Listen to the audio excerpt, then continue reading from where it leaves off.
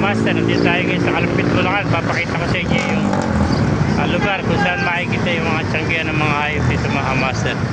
Kung magagaling kayo ng Pampanga, gawing kaliwa mga master. Ito yung palengke ng Kalumpit mga master. Gawing kaliwa tayo galing Pampanga yan.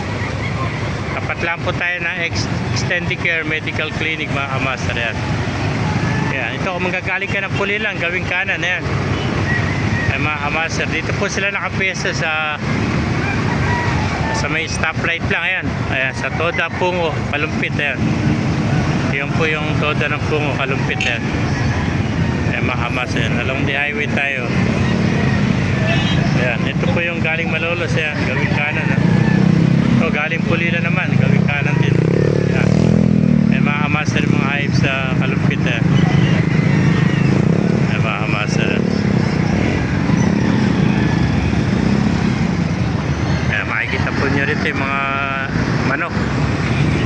Yan, dito sila nakapwesto mga master sa Kalumpit. Sa dating Caltech Station to mga master. Ibaba ng bakante lote mga master.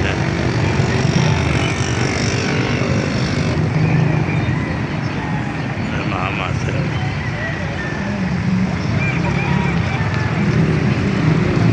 May mga manok oh.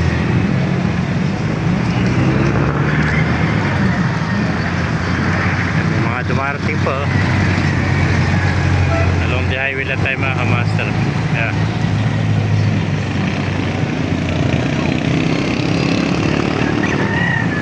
Kaya galing Malolos siya, gawing kanan yan. Yan ay stoplight mga master. Ito gawing kanan din pag galing Pulilan yan. Gawing yan po sila nakapwesto mga master sa ibaba ng bakante lot. Ito po yung dating Caltech Station mga master. Mga master, dyan sila nakapwesto ibaba ng bakante lote. Mga master.